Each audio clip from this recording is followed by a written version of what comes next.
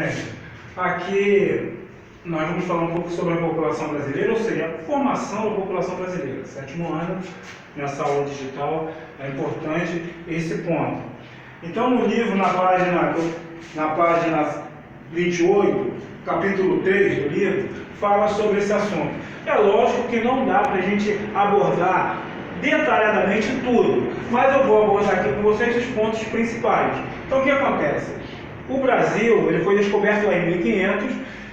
É interessante notar que, quando descobriram o Brasil, com Pedro Álvares Cabral, segundo a história defende, eles vieram aqui e fincaram somente uma bandeira de Portugal aqui e voltaram.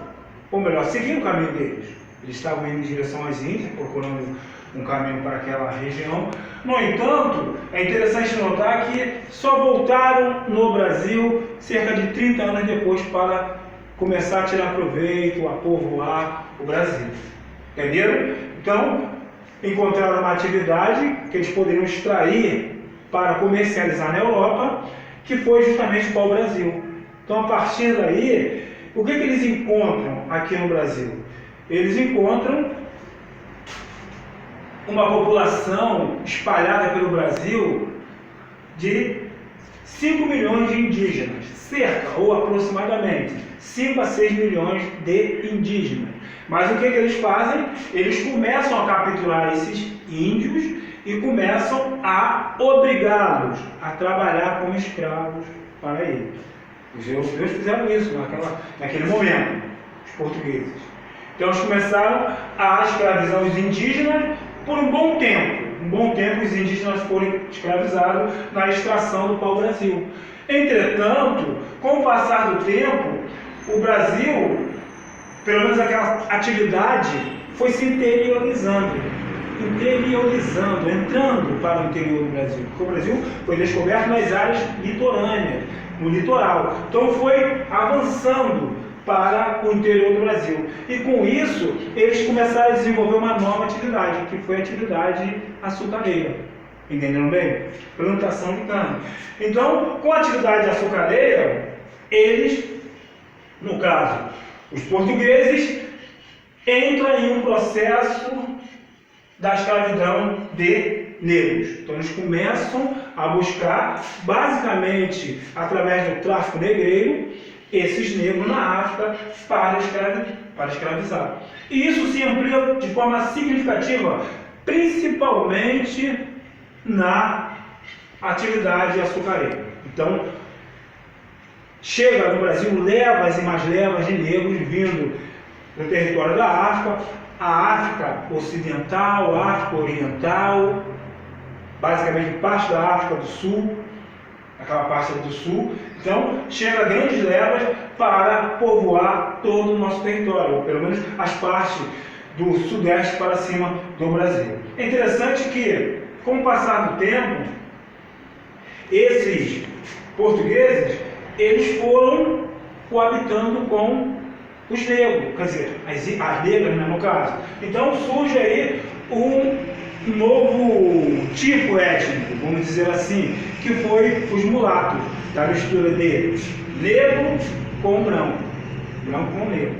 Aqui no caso dos indígenas, eu não mencionei, a mistura dos brancos com os indígenas, que aconteceu também um pouquinho antes, formou uma etnia que é chamada de mameluco ou caboclo, ok? Então, de um certo modo, essa mistura surgiu no Brasil de forma intensa. E a mistura do negro com o índio formou-se basicamente um cafuzo, que é um grupo muito menor.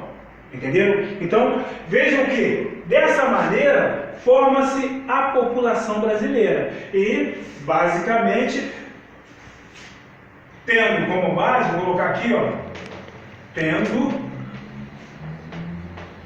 como base a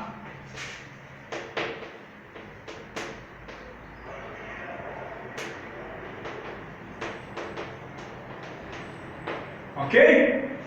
Miscigenação, tá? O que é miscigenação? Miscigenação é a mistura de etnias, que aconteceu aqui no Brasil. Mistura do branco com o índio, o branco com o negro e o negro com o índio. Entenderam? Agora, só para relembrar, segundo o livro consta, destaca, o branco com o índio forma o caboclo, ou mameluco, okay? O branco com o negro forma o mulato, que é a maior parte do Brasil, tá? A maior parte do Brasil é formado por mulato. E o negro com o índio forma o cafuso, que é a menor parte. Entenderam bem?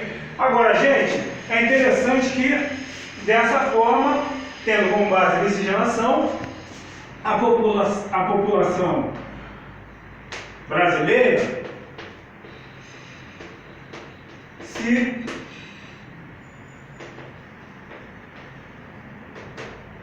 se ampliou para o interior do país, tá?